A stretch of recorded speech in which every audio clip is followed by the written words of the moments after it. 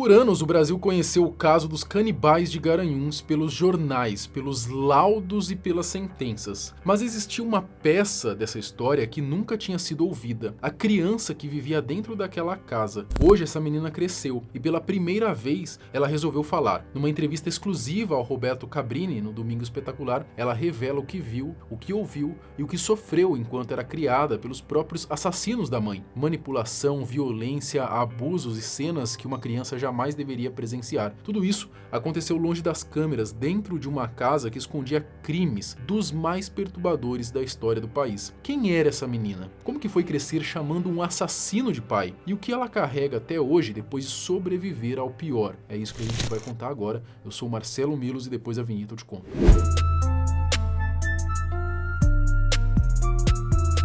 Existem crimes que não envelhecem. Não importa o quanto tempo passe, eles continuam assombrando a memória coletiva de um país inteiro. E esse é um dos casos, sem dúvida, dos canibais de Garanhuns. Um trio que chocou o Brasil ao ser acusado de algo que parece coisa de filme de terror. Assassinatos, esquartejamento, consumo de carne humana e até venda dessa carne em forma de salgados, em uma cidade comum do interior de Pernambuco. Mas hoje essa história ganha um novo capítulo, um capítulo ainda mais pesado, porque não é contado por investigadores, promotores ou jornalistas. É contado por quem viveu isso por dentro. A menina que cresceu dentro daquela casa, que chamou um assassino de pai, que só anos depois descobriu que aquele homem era o responsável pela morte da própria mãe. Essa é a história da Emanuele.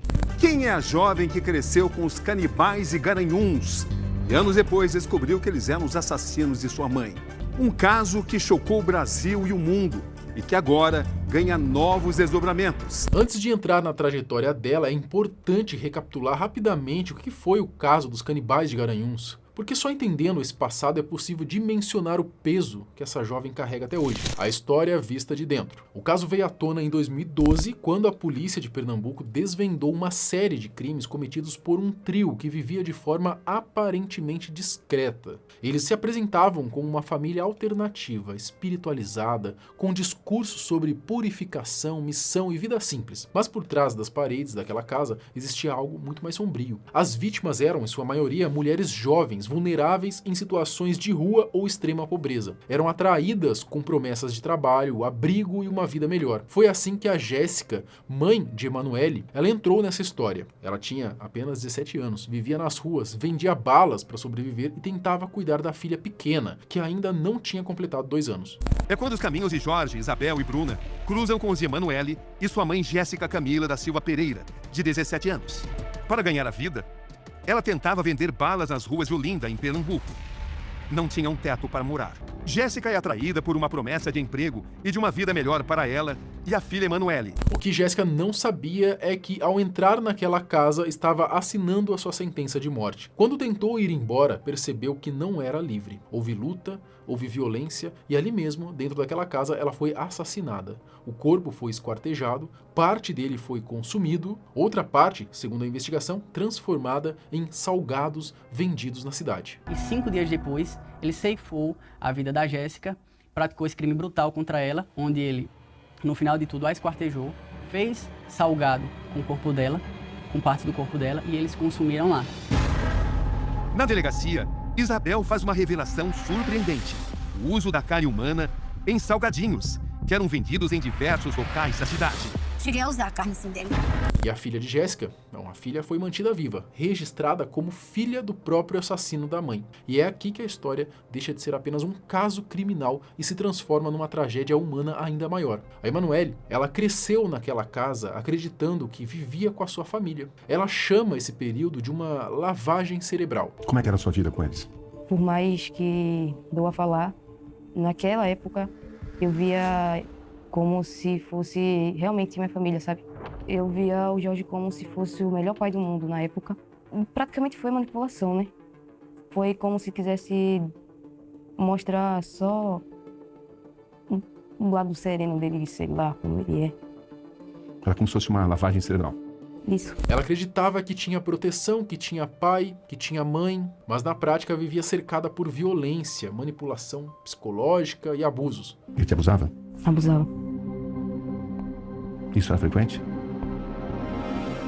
Os crimes aconteciam diante dela. Ela presenciava assassinatos, via corpos sendo arrastados, via o chão sendo limpo do sangue, fragmentos da memória que o cérebro tentou bloquear, mas que nunca desapareceram por completo. E chegou uma moça que aparentemente eu acho que estavam meio que oferecendo emprego de babá, porque me apresentaram a ela como se... essa é Emanuele, isso, aquilo. Que ela estava no sofá com a Bruna. E a Bruna conversava com ela, enquanto o Jorge chegou por trás dessa porta da cozinha, que tinha um quintal, e degolou ela. A Bruna ajudou a segurar o corpo. Eu lembro que Isabel pegou um pano para enxugar o sangue do chão, escorrer e puxou para fora. Na sua frente. A sua presença não o intimidou. Ela tinha apenas 5 anos quando tudo isso veio abaixo. A polícia chegou, os 3 adultos foram presos e pela primeira vez aquela criança saiu daquele ambiente. Mas quando eles foram presos, que idade você tinha? 5. E você lembra da prisão? Lembro. O Jorge estava dormindo na sala, aparentemente com a Bruna. E eu lembro que eu fui pro banheiro e chegou o policial. Mas o fim do cárcere físico não significou o fim do trauma. Após a prisão do trio, Emanuele foi levada para um abrigo. E pela primeira vez na vida, ela descreve algo simples, mas devastador. Ela finalmente pôde ser criança, brincar, conviver com outras crianças, dormir sem medo. Mesmo assim, faltou algo fundamental: acolhimento psicológico contínuo. O Estado apareceu e depois sumiu. E você recebia algum tipo de apoio psicológico? Não. E o Estado nunca te deu algum tipo de apoio? Não. Eu fui pro abrigo, eu gostava de lá, sabe? Eu passei a brincar com outras crianças. Eu passei a ser um pouco criança, sabe? Coisa que você não era antes. Não. E como se não bastasse tudo que ela já tinha vivido, anos depois ainda houve um episódio perturbador: a visita ao presídio. O homem que matou a sua mãe, abusou dela e destruiu a sua infância, ainda tentava se justificar, ainda tentava manipular, ainda tentava se colocar como vítima. Aquilo deixou marcas profundas. Ele ainda te controlava nessa época, de certa forma. Ele me perseguia, querendo ou não. Como assim? Sonhos, medo. Ele olhava muito pra mim, muito. E lembro que os presos estavam olhando meio que estranho, sabe? Tipo, como se eu fosse alguém da família dele visitando. Uma criança de 9 anos não deveria ter sido exposta a isso. Sim. Hoje você entende isso. E me dá raiva, muita raiva. Hoje, Emanuele tem 19 anos, trabalha desde a madrugada para sobreviver. Muitas vezes depende de doações para itens básicos, mas carrega algo que impressiona: vontade de viver. Ela hoje é uma pessoa que muitas vezes ela necessita de doação para que ela consiga arcar com produtos de higiene básica. Ela quer trabalhar, ela tem sede de trabalhar, ela é uma pessoa guerreira. Ela luta para retirar oficialmente o nome do assassino da sua certidão de nascimento. Luta para mudar de nome. Luta para reconstruir a sua identidade. Como advogado da Emanuele, o que o senhor reivindica? Hoje eu reivindico uma ação de negatória de paternidade, alegando que não há vínculo biológico e nem socioafetivo entre o Jorge e a Emanuele, e a retirada dele da filiação da certidão de nascimento dela, porque ele não é pai dela. Ela quer se chamar Júlia Gabriela, quer estudar psicologia, quer ajudar outras pessoas que passaram por traumas, quer transformar dor em algo que salve vidas. Bom, essa não é apenas uma história dos canibais de Garanhuns. Essa é a história de uma criança que sobreviveu ao impensável, que cresceu cercada pelo mal, que teve a infância roubada, que foi esquecida pelo Estado, mas que ainda assim escolheu não desistir. Você não vai desistir. Não, Posso acreditar. pode. Eu não vou desistir. Porque eu mereço viver. Quando ela diz "eu mereço viver", isso não é uma frase bonita, é uma afirmação construída em cima de cicatrizes reais.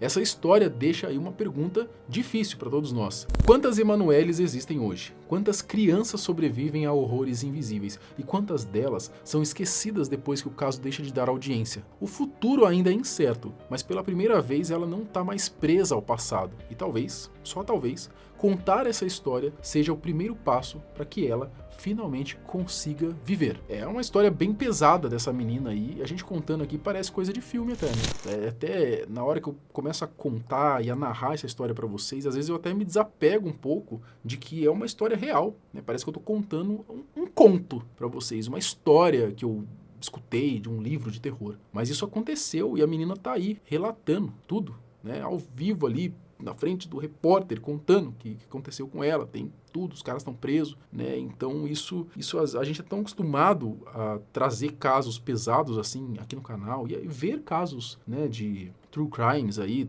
no YouTube, que às vezes a gente se distancia, né? Se distancia de que isso aconteceu de verdade, cara. E acontece hoje também, ainda, né? Quantas crianças não passam por traumas parecidos, né? É bem triste, mas eu acho que vale essa reflexão aqui no final, pra gente não se desconectar tanto na hora que eu conto essa história pra vocês, né? Bom, comenta aqui a sua sugestão pro próximo vídeo. Até mais, tchau.